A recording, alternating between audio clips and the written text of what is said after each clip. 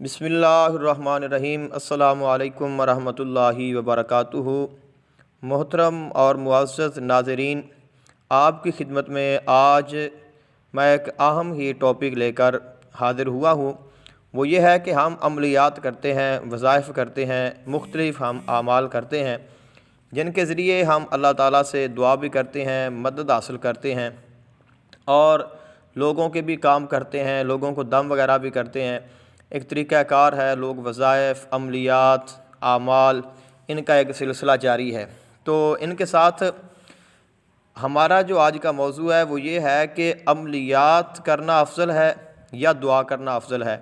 اور اگر ہم عمل کریں گے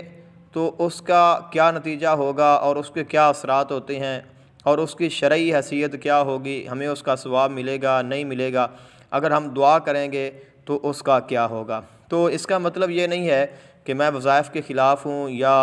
عملیات کے خلاف ہوں۔ خود عملیات کرتا بھی ہوں، کیے بھی ہیں، وظائف بھی کرتا ہوں، لوگوں کو بتاتا بھی ہوں، اور ان میں اثر بھی ہے، اس میں کوئی شک نہیں، اللہ تعالیٰ کا کلام ہے اور اس میں اثر ہوتا ہے۔ لیکن اللہ تعالیٰ سے مانگنے کے دو طریقے ہیں۔ نمبر ایک ہے دعا، دنیا کے واسطے خدا تعالیٰ سے دعا کرنا اور دعا کے ذریعے مانگنا، یہ مذموم نہیں ہے بلکہ یہ تو شان ابدیت ہے، یعنی کہ آپ اللہ تعالیٰ کی بارگاہ میں دعا کرتے ہیں اور دعا کرتے ہیں دنیا کے لیے، لیکن وہ دعا آپ کی ناجائز اور حرام کے لیے نہ ہو تو یہ مانگنا بالکل جائز ہے، بلکہ یہ ایک انسان کی شان ہے، ایک بندے کی شان ہے کہ وہ اپنے مولا سے مانگے۔ دوسرا طریقہ یہ ہے کہ وظیفہ پڑھ کر مانگنا، اس کو مذموم کہا گیا ہے اور اس کی وجہ بھی میں آگے بیان کروں گا۔ تو اس کو کیوں مذموم کہا گیا ہے، وظیفہ اور دعا کا پہلے آپ فرق جان لیں، انشاءاللہ اس کے بعد آپ کو سمجھ آ جائے گی۔ ان دونوں میں بڑا فرق یہ ہے، وہ یہ ہے کہ دعا کر کے مانگنے میں ایک ذلت کی شان ہوتی ہے، انسان میں عاجزی آتی ہے، اس میں انکساری آتی ہے، اس کا غرور، اس کا تکبر وہ ختم ہوتا ہے،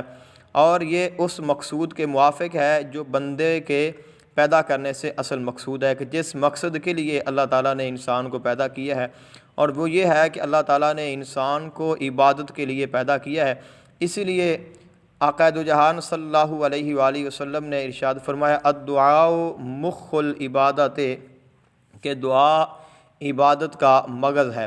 دعا میں ایک خاصہ ہے جس کی وجہ سے دعا کر کے دنیا مانگنا جائز ہے، اور وظیفہ میں وہ بات نہیں، اس لیے وہ مذموم ہے۔ دعا کی حقیقت وہ ہے جو عبادت کی روح ہے،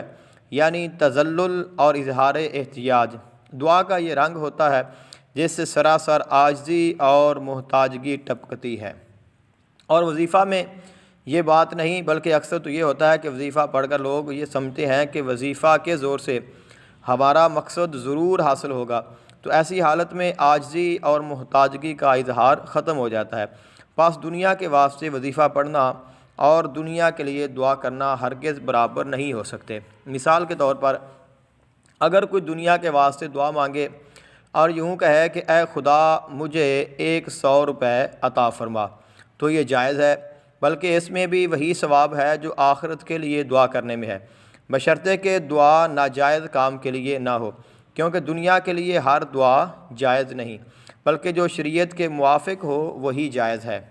مثلا کوئی شخص ناجائز ملازمت کے لیے دعا مانگے تو یہ ہرگز جائز نہیں ہوگا۔ البتہ جائز دعا مانگنے میں ثواب بھی ہے اور اللہ تعالیٰ کی رضا بھی ہے، اور دنیا کے واسطے وظیفہ پڑھنے میں کوئی ثواب نہیں ہے۔ یعنی کہ اگر آپ دعا مانگتے ہیں